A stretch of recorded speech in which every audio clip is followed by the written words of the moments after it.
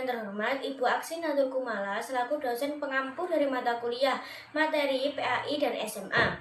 Di sini saya Wida Nur Khalifah dengan NIM 24930444020 akan mempresentasikan materi yang berjudul Mengenal Puasa Fardu dan Puasa Sunnah. Apa itu puasa? Istilah puasa dalam bahasa Arab dikenal dengan siyam atau saum, kedua yang merupakan bentuk masdar dari soma yasumu sauman wa siyaman yang berarti menahan atau mencegah. Sedangkan menurut istilah, puasa adalah menahan diri dari segala sesuatu yang membatalkan puasa sejak terbit fajar hingga terbenam matahari, disertai niat, syarat, dan rukun tertentu.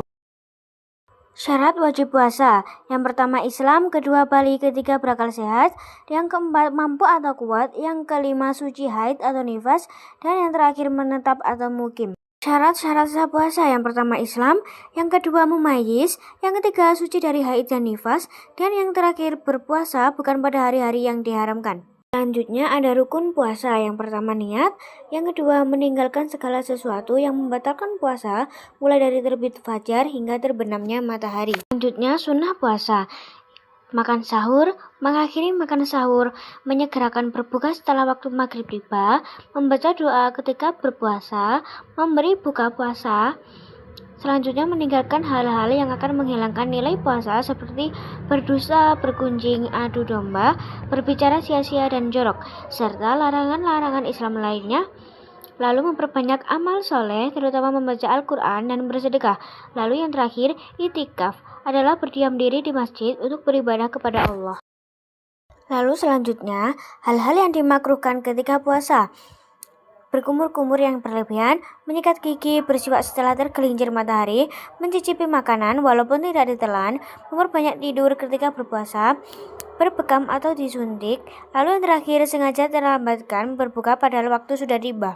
Hal yang membatalkan puasa, yang pertama makan dan minum dengan sengaja, yang kedua murtad, yang ketiga mutah dengan sengaja, yang keempat bersetubuh atau melakukan hubungan suami istri pada siang hari, yang kelima keluar darah haid atau nifas, yang keenam keluar air mani yang disengaja, yang ketujuh merubah niat puasa, dan yang terakhir hilang akal karena mabuk, pingsan atau gila.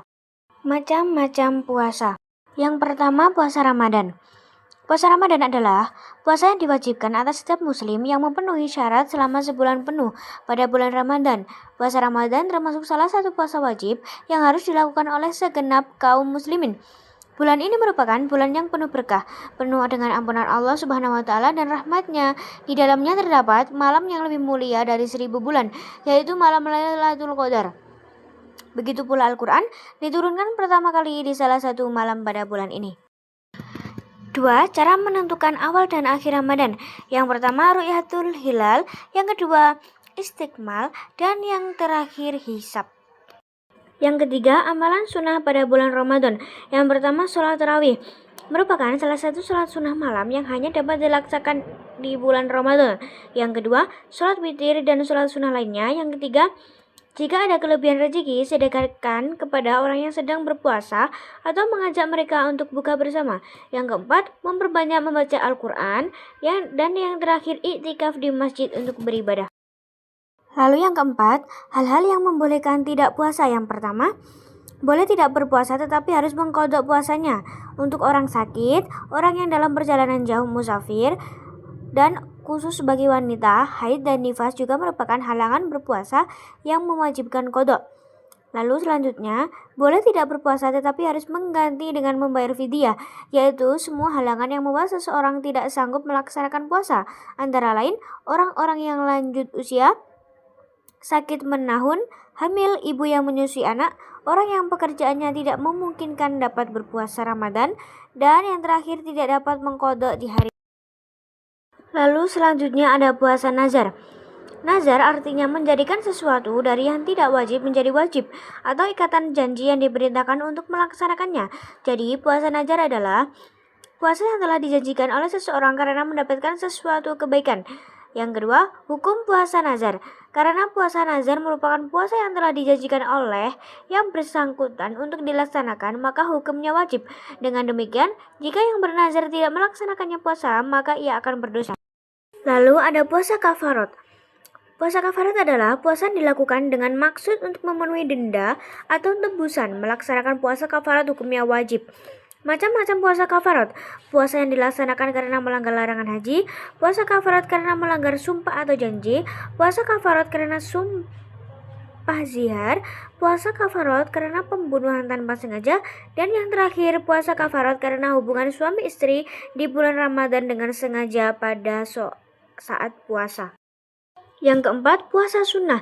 Macam-macam puasa sunnah. Yang pertama, puasa 6 hari pada bulan Syawal, puasa Senin Kamis, puasa Daud, puasa Arafah, puasa Asyura, puasa Muharram, puasa tengah bulan pada setiap tanggal 13, 14, dan 15. Bulan Komariah, puasa ini biasa disebut juga puasa putih karena pada tanggal-tanggal tersebut bulan bersinar penuh. Yang terakhir, puasa pada pertengahan bulan Sya'ban atau nifsu Sya'ban. Lalu yang keenam, ada puasa makruh. Macam-macam puasa makruh. Yang pertama, puasa yang dilakukan pada hari Jumat kecuali beberapa hari sebelumnya telah berpuasa. Hal ini didasarkan pada hadis Nabi Muhammad SAW. Lalu yang kedua, puasa sunnah pada paruh kedua bulan Sya'ban. Puasa ini mulai tanggal 15 Sya'ban hingga akhir bulan Sya'ban. Namun bila puasa bulan Sya'ban sebulan penuh justru merupakan sunnah. Akhir ada hikmah puasa. Puasa mengajarkan dan melatih diri kita agar disiplin waktu, lebih peduli kepada sesama, membuktikan ketaatan kita kepada Allah Subhanahu wa taala, dan menumbuhkan kesadaran betapa besar nikmat Allah yang dianugerahkan kepada kita agar kita menjadi hamba yang bertakwa. Sekian presentasi dari saya. Wassalamualaikum warahmatullahi wabarakatuh.